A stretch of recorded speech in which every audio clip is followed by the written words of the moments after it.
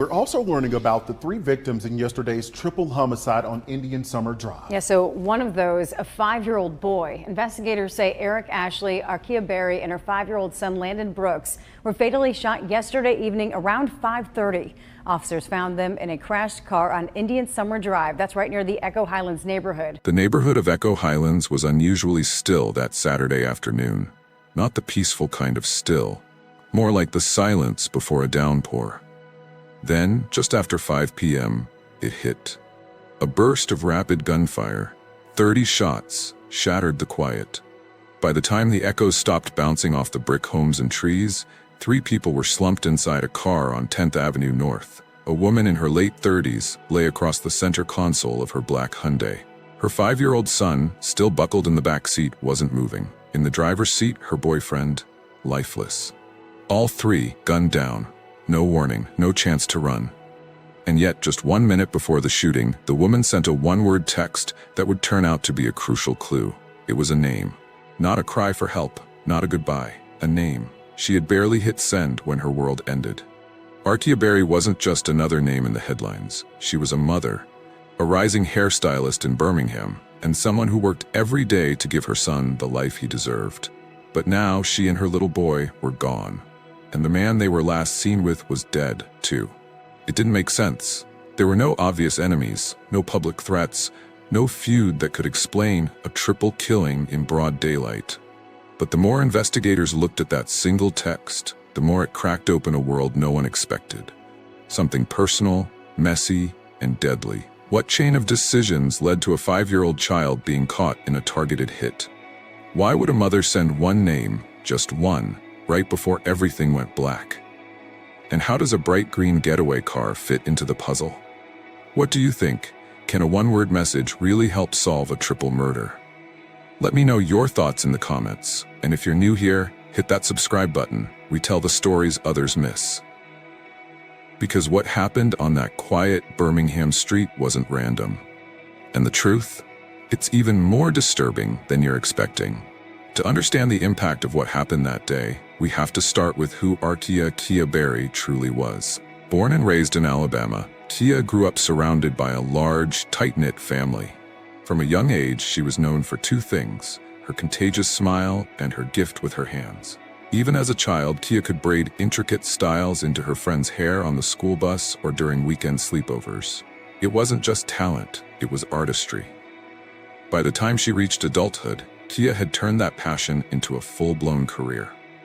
She became a well-known hairstylist in the Birmingham area. Her name carried weight in the local beauty scene, not just for her skills with lace fronts, braids, and curls, but for the way she made people feel. Her chair wasn't just where you got your hair done. It was therapy, laughter, and sometimes tears. Clients came to her for transformations, but they stayed because of who she was. Her family described her as the glue that held everyone together. The kind of person who remembered birthdays without Facebook reminders, who brought an extra plate of food for someone just in case, and who could hype you up on your worst day without skipping a beat. But all of that, the warmth, the strength, the energy, paled in comparison to her love for one person. Her son, Landyn. Landyn, just 5 years old, was her heart outside her body. She called him her best friend. Their bond wasn't just maternal, it was inseparable. Wherever you saw Kia, you likely saw Landyn too, tagging along to the salon, dancing in the kitchen during dinner prep, or grinning from ear to ear in every photo she posted. Friends said she worked long hours not just to build a future, but to build his future. Every wig she laid, every appointment she booked, it was for him. That's what makes this story so devastating. Around late 2023, Kia began dating a man named Eric Ashley Jr. He was soft-spoken, polite, and always seemed put together. People who knew them said the relationship looked healthy from the outside. He was supportive, often around, and seemed genuinely invested in Kia and Landyn's lives. He wasn't flashy. He didn't seem like trouble. To those on the outside, it looked like Kia had found a steady presence, a partner who showed up. But relationships can carry hidden shadows. I just remember her saying, "He's good to us," said one of Kia's closest friends. And maybe he was, until he wasn't. That quote hits harder when you remember where this story ends. There were no public signs of distress, No court records, no police calls, no social media outbursts or cryptic posts. Kia wasn't the type to air her problems online. She handled things privately, quietly. So, when she and Eric were found dead alongside little Landyn that day, people who knew her couldn't make sense of it. How does a woman who gives so much, who loves so loudly, end up ambushed in her own car with her child beside her? The answers don't come easily. But to understand what might have cracked beneath the surface, we need to go deeper. Because while Kia was fighting to build a beautiful life, someone else was harboring thoughts that would destroy it. July 13, 2024, was a Saturday that started like many others in Birmingham, Alabama. Hot, still, ordinary. For Arkia Berry, it seemed like just another summer day spent with her son and boyfriend. No one could have predicted how quickly it would turn into a blood-soaked tragedy. That afternoon, Kia, her 5-year-old son Landyn, and her boyfriend Eric Ashley Jr. were seen driving through the northeastern part of the city. They were in Kia's car, traveling the familiar streets of the Echo Highlands neighborhood. She was behind the wheel. Landyn was strapped into his booster seat in the back. Eric sat in the passenger seat, silent, nervous maybe, or perhaps resigned. There was no public record of tension between the couple. No recent fights, but something wasn't right. At 5:08 p.m., Eric made a phone call. The number he dialed belonged to Jacorian Deshaun McGregor, a man known on the streets simply as Jocko. A name that carried weight. A figure from Eric's past with a reputation that made people lower their voices. Jocko wasn't just some random contact, he was someone Eric knew well. A connection buried in a darker world, one Kia didn't seem to be a part of. Just 1 minute later, at 5:09 p.m., Kia sent a single text. One word, no context, no punctuation, just Jaco. She sent it to someone close to her, someone she trusted. It would be the last message she ever sent. 1 minute after that, at 5:10 p.m., a crash detection alert went out from Kia's phone. The system, designed to notify emergency services in case of an accident, had been triggered, not by a collision, but by something far more violent: gunshots. By the time officers arrived, the scene was chaos. A small street in Echo Highlands had become a massacre site. The car had coasted to a stop near 4th Avenue and 64th Street North. The doors were closed, the windows shattered. Inside, horror. Kia was slumped across the center console, motionless. Blood soaked the fabric beneath her. Her eyes were still open. Eric was in the passenger seat, lifeless, a bullet wound to the head. Landyn, only 5 years old, was in the back seat, struck down in a storm of bullets. A total of 30 shell casings littered the pavement. 30. There were no signs of a struggle, no attempt to flee. The killer had pulled up, fired relentlessly, and disappeared before anyone could respond. Witnesses reported seeing a lime green Kia Soul speeding away from the scene just moments after the gunfire. It was a bold move. Broad daylight, a bright-colored vehicle, no mask. It wasn't stealth, it was rage. Police cordoned off the area. News spread fast. A triple homicide, including a child, a hairstylist everyone knew, a boyfriend with no public criminal history, a baby boy, gone. But it wasn't just the deaths that chilled investigators, it was the timeline. Eric calls Jocko at 5:08, Kia texts Jocko at 5:09. By 5:10, they're dead. It didn't take long for detectives to start connecting the dots. The phone call, the text, the escape vehicle, and the name, Jacorian Jaco McGregor. But here's where it gets even more disturbing. Jaco had ties to both Eric and Kia. It's unclear exactly how long he'd been in Eric's life or what kind of hold he had over him. But this wasn't a chance encounter. This wasn't a random act of road rage or a robbery gone wrong. This was a planned hit, executed fast, clean, and brutal. The question now wasn't just who pulled the trigger. It was, why did Eric make that call? Did he know what was about to happen? Was he setting them up or trying to stop it? This case took a sharp turn when investigators uncovered that haunting one-word message Kia sent just seconds before her death. If you had only one chance to say something, one final text, what would you write? And more importantly, what would you do if you thought you were about to be ambushed? Drop your thoughts in the comments. The answers to those questions may lie with Jaco. Because what happened on that street wasn't random, it was coordinated. Someone knew exactly where they'd be, what car they'd be in, and when to strike. The silence after the last gunshot wasn't peace. It was calculation. But even as investigators scrambled to make sense of the bloodshed, one fact couldn't be ignored. Arkia knew. She knew something was wrong, and her final act, sending that name, may have been her way of leaving behind a clue. The question is, did anyone listen in time? Let's go back even further. Because Jaco didn't just appear out of nowhere. His connection to Eric and his growing influence wasn't new. In fact, it had been developing for months, quietly, subtly, and now it had exploded in the most violent way possible.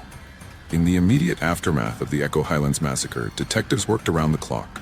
The sheer brutality of the crime, 3 lives taken in a matter of seconds, one of them a child, demanded swift answers. With no suspect at the scene, investigators turned to the next best witness, the neighborhood itself. Dozens of homes in the area had doorbell cameras and security systems. Officers canvassed block by block, collecting any footage that might have captured a clue. It didn't take long before a pattern emerged. Frames showing a lime green Kia Soul circling the area minutes before the shooting, then speeding off seconds after the gunfire. The vehicle stood out, loud, unmissable. It gave investigators something solid. From there, digital forensics kicked into high gear. Phones were seized, records pulled. Kia's last text, Jaco, was the first domino to fall.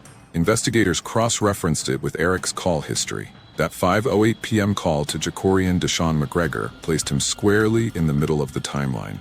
McGregor had a history. Not a long criminal record, but enough to raise concern. Connections to known violent offenders, rumored street activity, and the kind of reputation that made people wary. But reputation isn't evidence. Detectives dug deeper. They traced McGregor's phone movements using GPS pings and cell tower data. On July 13th, his phone was in the Echo Highlands area, right before, during, and after the murders. Then came the witness statements. Friends of McGregor, most of whom refused to go on the record, described his behavior after the murders as strange, detached. One recalled him saying, "Lay low for a minute." Another claimed he warned, "Don't go home." Cryptic. Tense. Not a confession, but close. The day after the murders, the lime green Kia Soul was found abandoned and torched, burned out on a quiet stretch of road far from Echo Highlands. The fire was intentional. Accelerants had been used. The VIN was scraped off, but the vehicle's history had already been flagged. Investigators knew it had been registered to someone in McGregor's orbit. With each piece, the net tightened. Then came the break. Witness came forward. Someone who claimed McGregor had directly confessed to the shooting. According to this person, McGregor had said the shooting wasn't meant to go that far, but he had no choice. Investigators now had motive, means, and movement. But even with all of that, an arrest didn't come right away. Why? Because McGregor vanished. We've deployed all of our detectives in the Birmingham Police Department to focus on these 2 particular cases to bring justice. And for those who are responsible for those heinous crimes, I want you to know that we will be coming for you with full force.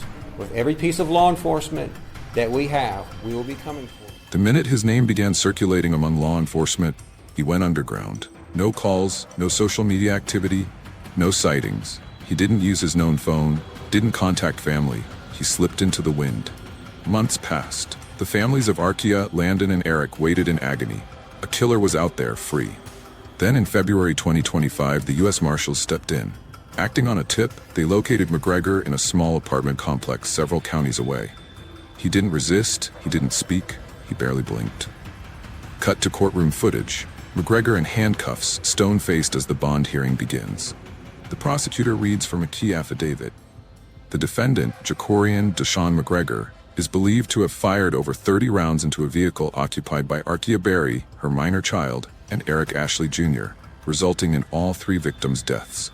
One witness states McGregor admitted to the act, adding he had no choice. The judge doesn't flinch. No bond. McGregor stares straight ahead. No visible reaction, no apology, no denial, just silence. The courtroom is packed. Family members of the victims weep quietly. Landyn's grandmother clutches a photograph of her grandson refusing to look at McGregor. Outside, reporters crowd the courthouse steps. The story has gripped Birmingham and beyond, but one haunting question remains. Why? Why kill a 5-year-old? Why execute all 3 passengers instead of walking away? And what did Arkia sense in those final moments? When she typed out that single urgent word, Jaco, was she trying to warn someone, or did she already know it was too late? The full truth may never be spoken aloud. But with McGregor behind bars, the long path toward justice has finally begun. When news broke, the public mourned Arkia Berry, a beloved hairstylist and devoted mother, and her innocent son, Landyn. The outrage was immediate.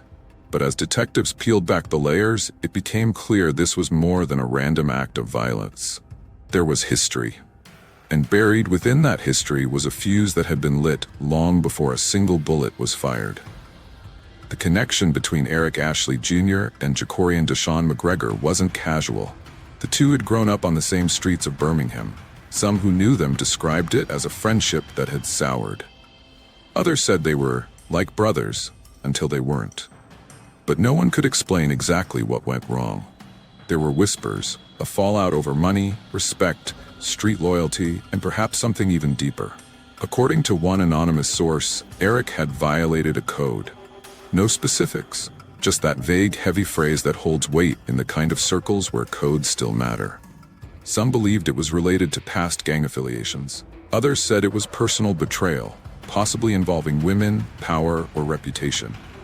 Whatever the truth, it became clear that McGregor harbored a simmering grudge, one he'd kept quiet, one that, on July 13, 2024, exploded in the most horrific way possible.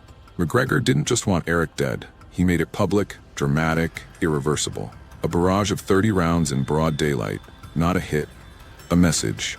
But then comes the most disturbing question of all. Why kill Arkia? And why Landyn? Investigators struggled with this. Theories formed, none of them comforting. Was Arkia collateral damage, an innocent woman caught in the crossfire of two men's feud? That would explain her presence in the car, but not the precision of the execution. This wasn't a reckless spray of bullets. Arkia was shot multiple times. So was Landyn. Their bodies were found slumped where they sat. The shooter had stood close enough to see their faces. He would have looked directly at Landyn, just 5 years old, and pulled the trigger anyway. Some detectives believed Arkia was more than a bystander. Maybe she had been seen as siding with Eric. Maybe she knew too much or had said something that McGregor interpreted as disrespect. In street politics, respect is currency. Even a perceived slight can escalate. But even in the harshest corners of the streets, children are supposed to be off limits. So what kind of person stares into the backseat of a car and opens fire on a child? The emotional weight of that question shook even hardened investigators. One detective close to the case admitted, "We've seen a lot of bad things. But this felt personal in a way that makes your stomach turn." In the weeks after the murders, McGregor's behavior offered more unsettling insight.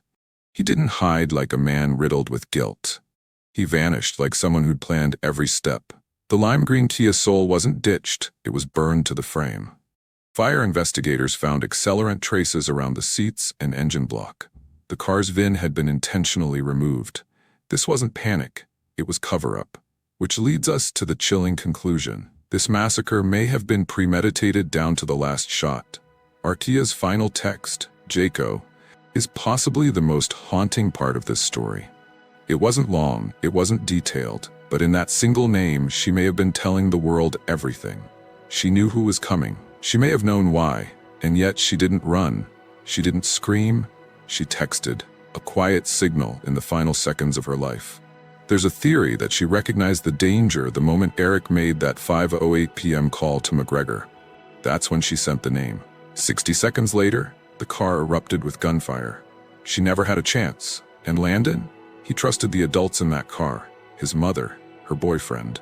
He was playing in the back seat, likely unaware of what was coming, until the sound of bullets shattered the world around him. No child deserves that ending. And that leads to the unshakable question. What kind of person executes a child in cold blood and then sets the car on fire the next day to erase the evidence? Is it revenge? Is it hate? Is it something even darker? Maybe the scariest truth of all is this. Some people don't need a reason. They just need an opening. In the days that followed the Echo Highlands murders, the city of Birmingham didn't just grieve. It ached. A deep, collective wound had been inflicted, and everywhere you looked, there were reminders of what had been lost. Outside Arkia Berry's hair studio, A growing sea of candles, flowers, and handwritten notes transformed the sidewalk into a shrine. Clients who once filled her salon with laughter now came in silence. Many couldn't bear to walk by. They remembered her voice, her energy, the way she made everyone feel like they mattered. At a candlelight vigil held 2 nights after the shooting, a crowd gathered at dusk under an open sky. Hundreds held candles as photos of Arkia and Landyn played on a projector screen. Music drifted through the air, some of her favorite gospel songs, others chosen by her loved ones to celebrate her life. A longtime friend took the microphone and, through tears, said, "She was the kind of woman who made you believe in better days. She didn't just do hair, she healed people's hearts." Landyn's kindergarten teacher stood silently with a small bouquet of sunflowers clutched to her chest. A framed drawing he had colored in class, his name scrawled in bright red crayon, was taped to a pole nearby. Then came the rawest voice of the night, Arkia's mother. She stepped up, hands shaking, and said, "They didn't just take my daughter, they took my baby's baby. He was only 5. 5. How do you shoot a child? How do you live with that?" Her pain rippled through the crowd like a wave. People cried openly, strangers hugged one another, and the word justice echoed in every whispered conversation. On social media, tributes poured in. Friends changed their profile pictures to images of Arkia and Landyn. The hashtag Justice for Kia and Landyn trended locally for days. People shared stories of her kindness, her laugh, her hustle. Landyn's smile, frozen forever in preschool photos, appeared on timelines across the state. But beneath the grief, anger simmered. Birmingham was tired. Tired of senseless killings, tired of watching families get ripped apart, tired of promising that this time things will change. The fear was real too. People were rattled by the brutality of the attack. 30 gunshots, a child executed, a car torched to destroy the evidence. It felt like something out of a movie, but it had happened on a quiet street, in daylight. One resident summed it up in a local interview. "If this can happen to a mother and child just riding in their car, what hope do the rest of us have?" Meanwhile, the justice system began moving, slowly. The courtroom was packed during his bond hearing. McGregor stood still, expressionless, as the charges were read. He showed no emotion when the prosecutor detailed how Landyn had been shot at close range. Arkia's family sat in the front row. Her mother wore a t-shirt with her daughter's face on it, the words "Say Her Name" written in bold across the front. No trial date has been set yet. Legal teams are still combing through evidence, preparing motions, and lining up witnesses. Prosecutors say they will pursue the harshest sentence possible. But the wait is excruciating. For those who loved Arkia and Landyn, there's no real closure, only the hope that the court system will hold their killer accountable. They want the world to remember who was lost. Not just the crime, but the people. A warm, driven woman who loved deeply, and a bright, innocent child who never got to grow up. If you've made it this far, I want to hear from you. Do you believe the justice system will hold the killer accountable? Leave a comment, hit that like button, and subscribe for more true crime stories that demand to be told. Arkia Berry's story is devastating, not only because of the violence that ended her life, but because of the courage she showed in her final moments. With seconds to spare, she sent one word, "Jaco." She didn't have time to explain. She didn't plead or run. But in a single message, Arkia named the man she believed was about to kill her, her son, and her boyfriend. That one word became the fuse that ignited the investigation and set the path to justice in motion. That text wasn't just a clue. It was a final act of defiance. This case forces us to reckon with a heartbreaking truth. Sometimes the danger isn't from a stranger lurking in the dark. Sometimes it's sitting beside you in the car. Sometimes the killer isn't a shadowy figure with no face, but someone who knew your routines, your voice, your child's name. That's the tragedy of trust. Arkia, Eric, and Landyn were likely ambushed by someone they knew, someone they didn't fear until it was too late. And for many watching this case unfold, it raises a chilling question. How many others are walking through life unaware that someone they trust may harbor a hidden grudge? And then there's the silence. The space where warning signs are missed, where uncomfortable truths go unspoken, where beefs from the past fester without consequence. We may never know exactly what led Jacorian McGregor to murder a mother, a father figure, and a child.